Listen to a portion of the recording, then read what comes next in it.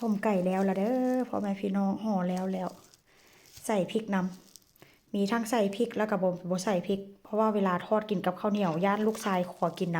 ำน่ากินบ่เนื้อไก่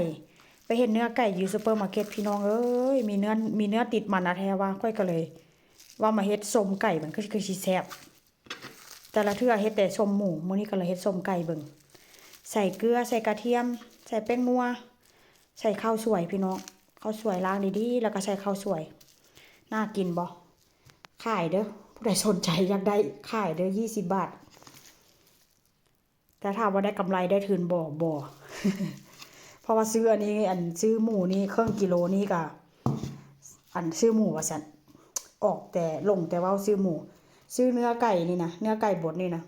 แพ็คนึงก็100 กว่าบาทว่าเส้นซะแต่ว่าก็น่ากินขนาดพี่น้องโดนกินเทื่อนึงน่ากินขนาดเลยห่อก็งามค่อยบ่มีใบตองค่อยก็เลยห่อใส่ฟิล์มเด้อฟิล์มถนอมอาหารง่ายๆเลยพี่น้อง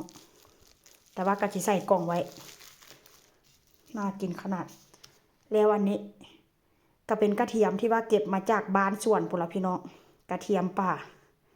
ก็พอดีมาดองได้กระปุกนึงกะจีเขียนมือไว้พร้อมจะถามว่าส้มแล้วกะจีกินบ่ได้กินเด้อจะเอาใส่ซองแข็งไว้เพราะว่าค่อยยังบ่ทันจะกินว่าเช่นซะผ่าตัดมาใหม่ๆกะรอให้ฮอดหลายเดือนก่อนจึงจะกินหันอดได้เด้นี่ล่ะพี่น้องเมนูอาหารที่ว่าเฮ็ดมื้อนี้แต่ว่าจีเอาไว้กินหลายมื้อสิเก็บใส่กล่องแล้วจะฝาปิดไว้แล้วก็เอาถุงยางใส่อีกรอบนึงเพราะว่ากันกลิ่นมันออกพี่น้องน่ากินขนาดเลยถ้าญาติพี่น้องอยู่ไกลนี่ค่อยก็คือจิแจกเขาอยู่หรอกเพราะว่า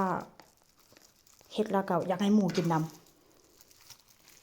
ำแซ่บขนาดเลยพี่น้องสีสันน่ากินอะแท้ว่ะนี่ใส่กล่องแบบนี้เลยแหนมไก่ส้มไก่พี่น้องว่ามันส้มหมูแล้วก็จะฝาปิดไว้แล้วก็จะฝาปิดไว้ได้ปะเนี่ยนี่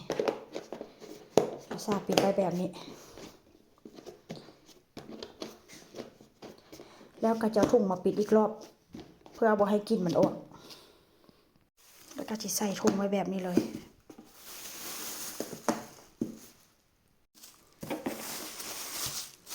ใส่ถุง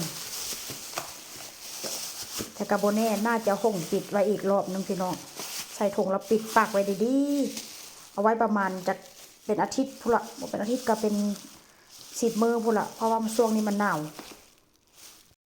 ส้มกระเทียมด้วยนี่เด้อส้มกระเทียมหลังจากปิดฝาแล้วก็จะใส่ถุงแบบนี้ปิดย่างดีเลยเพื่ออย่างบ่ให้ลมเข้าพี่น้องมันจะได้ส้มไวๆนี่หน้าตาก็จะเป็นประมาณนี้เด้อรอเบิ่งแล้วก็มาลุ้นนำกันว่าหลังจากอาทิตย์นึงผ่านไปมันจะเป็นสภาพใดแต่ว่ากับบ่ฮู้ว่ามันสิส้มบ่เพราะว่ามันหนาว